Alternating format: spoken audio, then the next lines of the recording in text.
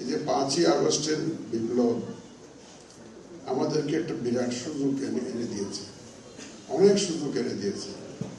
এই সুযোগ হাতছাড়া হলে কিন্তু আমি জানি না আমাদের ভবিষ্যতে কখন আবার এই ধরনের সুযোগ আসবে।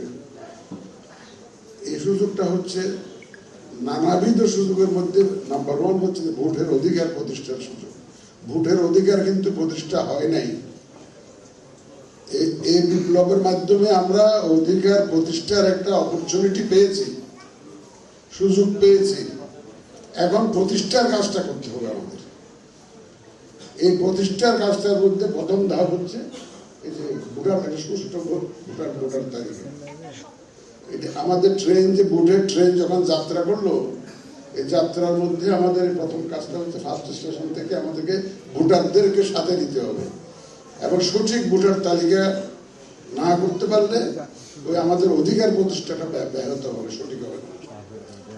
তাইলে এখানে একটা কথা বলতে চাই আমি এজ এ রেফারেন্স।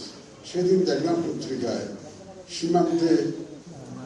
সীমান্তে জায়গা জমি নিয়ে গোলমাল আমাদের বাংলাদেশিরা দলবদ্ধভাবে মোকাবেলা করেছে। কি জন্য মোকাবেলা করেছে?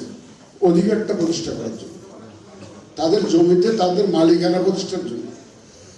আমরা এই অধিকার প্রতিষ্ঠার সংগ্রামে পুরা দেশবাসীকে আমাদের পাশে চাই। আমরা পুরা দেশবাসীর সহযোগিতা নিয়ে এই অধিকার আমরা ইনশাআল্লাহ প্রতিষ্ঠা করব। যেদিন মানুষ ভোট দিতে পারবে নির্বিঘ্নে, বিনা দ্বিধায়, freely, fairly, without any intimidation, ভয় ভীতিহীন ভাবে নিজের পছন্দের প্রার্থীকে যেদিন ভোট দিতে পারবে সেদিন আমরা মনে করি যে ভোটের অধিকার প্রতিষ্ঠা হবে।